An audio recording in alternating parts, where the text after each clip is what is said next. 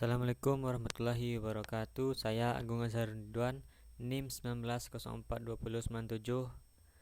Pada mata kuliah Statistik Sosial kali ini saya akan membahas konsep dan pengertian statistik, ruang lingkup, tahap-tahap statistik, dan penggolongan statistika. Yang pertama yaitu istilah statistik atau pengertian. Statistik yaitu status dalam bahasa Latin suatu negara, suatu kegiatan pengumpulan data yang ada hubungannya dengan kenegaraan. Misalnya dalam mengenai penduduk, data mengenai penghasilan dan sebagainya, yang lebih berfungsi untuk melayani keperluan administrasi. Secara kebahasaan, statistik berarti catatan angka-angka, perangkaan, data yang berupa angka-angka yang dikumpulkan, ditabulasi, dikelompokkan sehingga dapat memberi informasi yang berarti mengenai suatu masalah atau gejala atau peristiwa, menurut Depdikbud 1994. Statistik diartikan sebagai pengolah data angka, sedangkan statistika adalah cabang ilmu yang mengamati dan atau mengembangkan cara-cara mengolah data angka. Jadi statistik adalah produk dari kerja statistika dan statistika adalah penghasil statistik. Burhan Nuriyantoro dan kawan-kawan tahun 2000 halaman 8. Ciri khas statistik menurut M. Subana dan kawan-kawan tahun 2000 halaman 15 yaitu bekerja dengan angka, bersifat objektif, dan bersifat universal. Fungsi statistik yaitu menggambarkan data dalam bentuk tertentu, dapat menyederhanakan data yang kompleks menjadi data yang mudah dimengerti, merupakan teknik untuk membuat perbandingan, dapat memperluas pengalaman individu, dapat mengukur besaran dari suatu gejala, dapat menentukan hubungan sebab akibat. Ruang lingkupnya ada dua, yaitu populasi dan sampel. Tahap-tahap statistika ada 5. Yang pertama pengumpulan data, yang kedua pengaturan data, yang ketiga presentasi, selanjutnya analisis, dan yang terakhir interpretasi data. Selanjutnya masuk ke dalam statistika dan penggolongannya.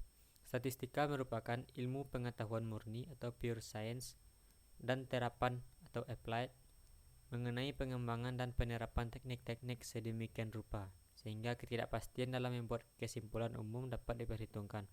Definisi yang senada diungkapkan oleh Anderson dan Bancroft, yaitu statistika sebagai ilmu pengetahuan dan seni pengembangan dan penerapan metode yang efektif untuk mengumpulkan, menabulasikan, serta menginterpretasikan data kuantitatif sedemikian rupa sehingga kemungkinan salah satu dalam penarikan kesimpulan dan pendugaan dapat diperkirakan dengan menggunakan penalaran induktif beserta teori peluang.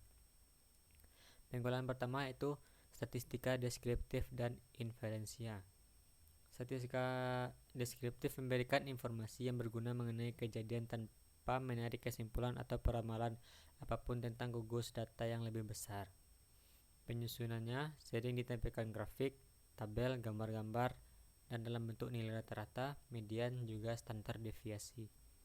Sedangkan yang inferensianya yaitu merupakan prosedur-prosedur pengumpulan, penyajian, dan dilanjutkan dengan kesimpulan dan ramalan. Statistika ini berhubungan dengan pengujian hipotesis, sehingga dalam statistika inference ia ditampilkan berbagai bentuk pengujian. Statistika inferensia berkaitan dengan hal yang bersifat spesifik ke hal yang bersifat umum atau induktif. Dan penggolongan yang kedua yaitu statistika parametrik dan non-parametrik. Perbedaan antara statistika parametrik dan non-parametrik terletak pada asumsi sebaran atau distribusi data yang disyaratkan. Asumsi distribusi ini menjadi dasar teoritis dalam prosedur pengujian hipotesis penelitian. Statistika parametrik adalah prosedur statistika yang didasarkan pada keterpenuhan asumsi bahwa data mengikuti suatu distribusi tertentu, misalnya data berdistribusi normal dan homogen. Dalam statistika parametrik lebih dikenal dengan prosedur penggunaan distribusi Z, distribusi T, F, dan sebagainya.